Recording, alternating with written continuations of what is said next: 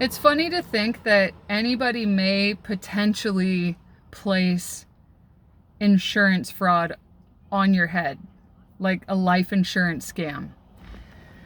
And when I started to find out everything that, like, this whole false narrative that my son's sperm donor had created in my name, I couldn't help but question. I'm Holly, and I'm sharing a part of my journey to bring courage and inspire you on yours. And 2.5 years ago, when I learned about this whole entire elaborate narrative that he had created against me, and I started to, like, these people started to finally tell me the truth, and then he himself called me and told me all of these weird things, like telling me the fact that his wife bugs him, his kids bug him, he just tells everybody what he thinks they want to hear so that they'll just leave him alone.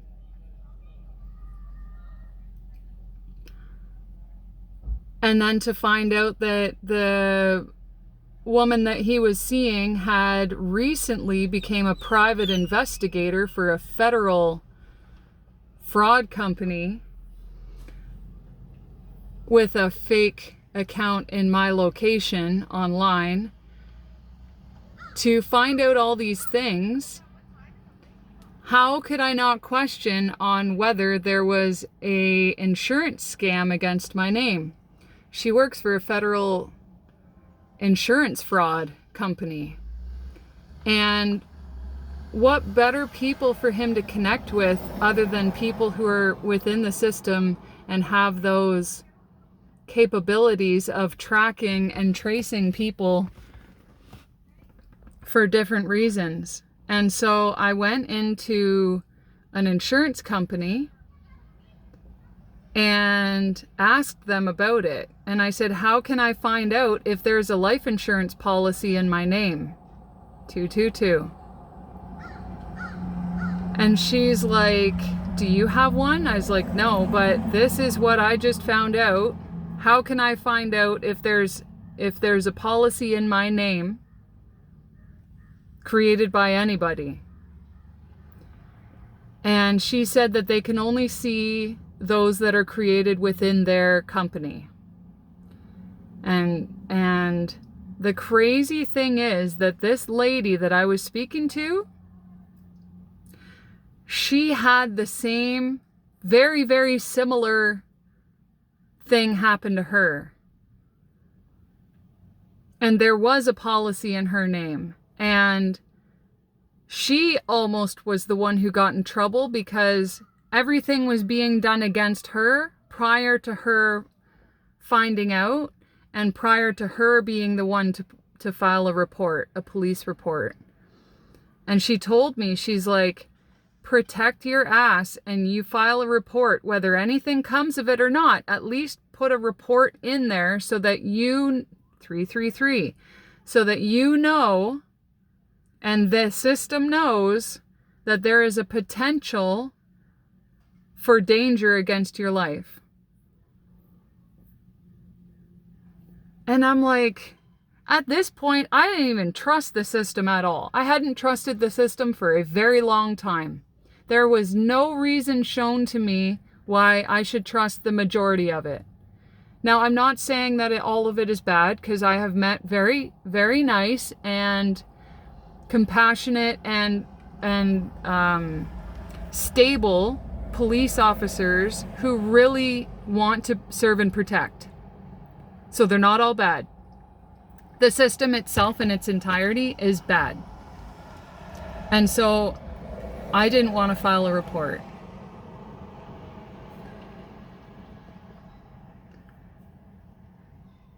But to think that there is even a potential that somebody can come against innocent people who mean no harm against anybody, innocent people who have sons and daughters, who are of benefit to society, who help as many people as they can. These crimes of passion it's too much. And this is why a lot of us people who are like true victims never approach the system. It's crazy. Like the first time? I don't even know. One of the times I was sexually assaulted, I went to the hospital. They took pictures of bruises and stuff, and they gave me to kind of like a woman shelter counselor lady so that I could talk. And then when I ran into him a few years ago and told him I forgave him a long time ago, he's like, "Why didn't you call the police on me? I wish that you had to put me in jail." He's like, I can't believe I even did that to you. He's like, you, of all the people, the one person that was always there for me, the one friend that I knew I could count on, and you cared about everybody. Why didn't you put me in jail? And this is due to a broken system. This is due to me knowing that I'm going to go through so much hassle, so much stress. I'm going to be made to feel like the one who is the reason for it. Everyone blames the victim because the system's been broken for so long. And prior to that, it was because I had a stalker and the police said, well, we can't do anything until he hurts you. They couldn't do How am I supposed to trust a system like that?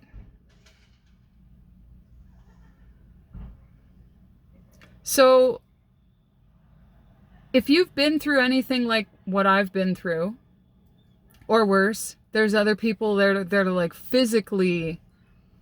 there's physical violence and physical trauma that's caused to people that I swear it's like they never will be able to heal from.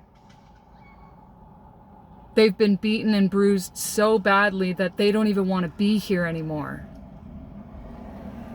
At least for me, I've been strong enough and I've had that faith and that patience knowing that justice is here. And to think though that could even potentially have happened to me, someone who has been genuine and authentic and loving and compassionate to every single person in my life, I wanted everyone to succeed. I did whatever I could to build up people's confidence, to help them along the way, whatever they needed in the moment. And to think that could potentially be something that had happened to me. Can you even fathom? Crimes of passion are everywhere. You see it. You see it in the news. You see it online. There's these, what's the show? It's something where like the FBI, they go undercover because these people know that there's a hit out on their life. And then their friends help. Because the friend is like, I am not going to be involved in this at all. And so the friend has to help go undercover to catch these people. Because these people are evil. And it's the people that you trust the most. The people you think are in your corner.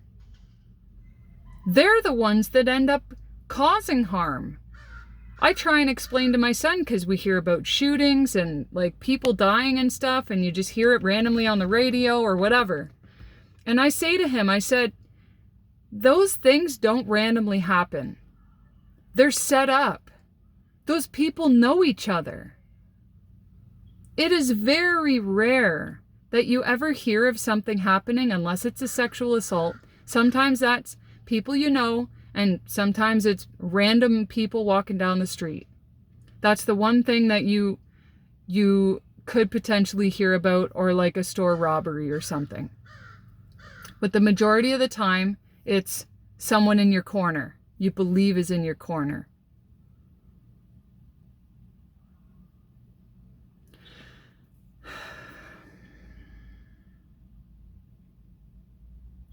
It doesn't matter if you leave on good terms. It doesn't matter if you do everything you can to people please and make everybody happy. Every single man, woman, and child are still going to make the choices they choose to make. And some of those people will choose harm. So just be cautious and truly know who you're inviting into your world and your bed. Because a lot of people jump in quick and have no clue who they're sleeping with. Bliss for each and every one of you. Stay safe out there. The world is a crazy place right now.